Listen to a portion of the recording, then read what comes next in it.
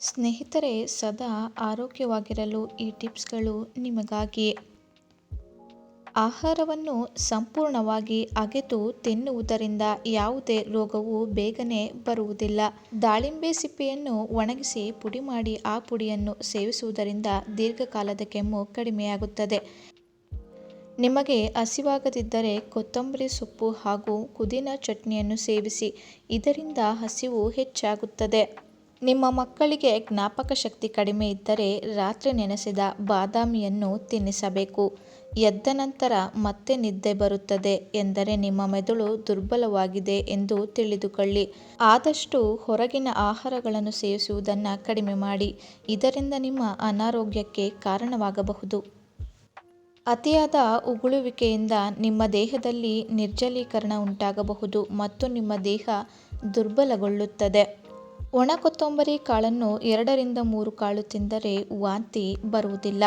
ಮುಂಜಾನೆ ಎದ್ದ ತಕ್ಷಣ ಬೀಟ್ರೂಟ್ ರಸವನ್ನು ಕುಡಿಯುವುದರಿಂದ ನಿಮ್ಮ ಚರ್ಮ ಕಾಂತಿಯುತವಾಗುತ್ತದೆ. ಖರ್ಜೂರದ ಸೇವನೆಯಿಂದ ನಿಮ್ಮ ಮೂಳೆಗಳು ಎಂದಿಗೂ ಸವೆಯುವುದಿಲ್ಲ. ಪ್ರತಿದಿನ ಪೇರಳೆ ಹಣ್ಣನ್ನು ತಿನ್ನುವುದರಿಂದ ಮಲಬದ್ಧತೆ ಕಡಿಮೆಯಾಗುತ್ತದೆ.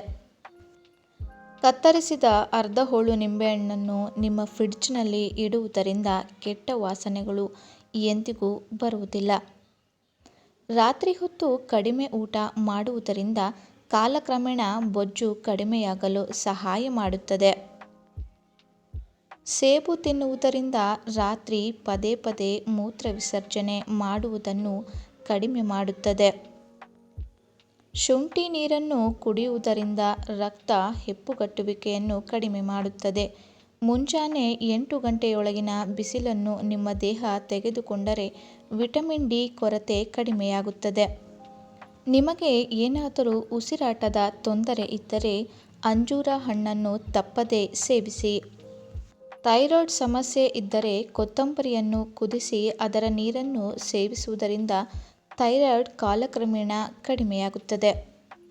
ಟೊಮೆಟೊವನ್ನು ಜಾಸ್ತಿ ಸೇವಿಸುವುದರಿಂದ ಮೂತ್ರಪಿಂಡದ ಸಮಸ್ಯೆಯಾಗಬಹುದು. ಆದಷ್ಟು ನಿಂಬೆಹಣ್ಣು ಹಾಗೂ ಹುಣಸೆ ಹಣ್ಣನ್ನು ಉಪಯೋಗಿಸುವುದು ಉತ್ತಮ. ಮುಂಜಾನೆ ಎದ್ದ ತಕ್ಷಣ ತಾಜಾ ಗಾಳಿಯ ಸೇವನೆಯಿಂದ ನಿಮ್ಮ ಹೃದಯ ಸಂಬಂಧಿತ ಕಾಯಿಲೆಗಳು ಕಾಲಕ್ರಮೇಣ ಕಡಿಮೆಯಾಗುತ್ತಾ ಬರುತ್ತವೆ. ನಿಮ್ಮ ಮಕ್ಕಳಿಗೆ ದಾಳಿಂಬೆ ತಿನ್ನಿಸುವುದರಿಂದ ದೇಹದಲ್ಲಿ ಕಬ್ಬಿಣಾಂಶ ಕೊರತೆ ಕಡಿಮೆಯಾಗುತ್ತದೆ. ನಿಮ್ಮ ಕಿಡ್ನಿಯಲ್ಲಿ ಕಲ್ಲುಗಳು ಇದ್ದರೆ ವಾರಕ್ಕೆ 3-4 ಬಾರಿ ಕಲ್ಲಂಗಡಿ ಹಣ್ಣಿನ ಜ್ಯೂಸನ್ನು ಕುಡಿಯುವುದರಿಂದ ಕಲ್ಲುಗಳು ಕಾಲಕ್ರಮೇಣ ಕಡಿಮೆಯಾಗುತ್ತವೆ. ಏನಾದರೂ ಕಣ್ತುಂಬ ನಿದ್ದೆ ಮಾಡದಿದ್ದರೆ ಸಕ್ಕರೆ ಕಾಯಿಲೆ ಬರುವುದು ಖಂಡಿತ. ಈ ವಿಡಿಯೋ ನಿಮಗೆ ಇಷ್ಟ ಆದರೆ ಒಂದು ಲೈಕ್ ಮಾಡಿ ಹಾಗೂ ಮತ್ತಷ್ಟು ಜನರಿಗೆ ಶೇರ್ ಮಾಡಿ. ನೀವಿನ್ನೂ ನಮ್ಮ ಚಾನಲ್ನ ಸಬ್ಸ್ಕ್ರೈಬ್ ಮಾಡ್ಕೊಂಡಿಲ್ಲ ಅಂದರೆ ಈಗಲೇ ಸಬ್ಸ್ಕ್ರೈಬ್ ಮಾಡ್ಕೊಳ್ಳಿ.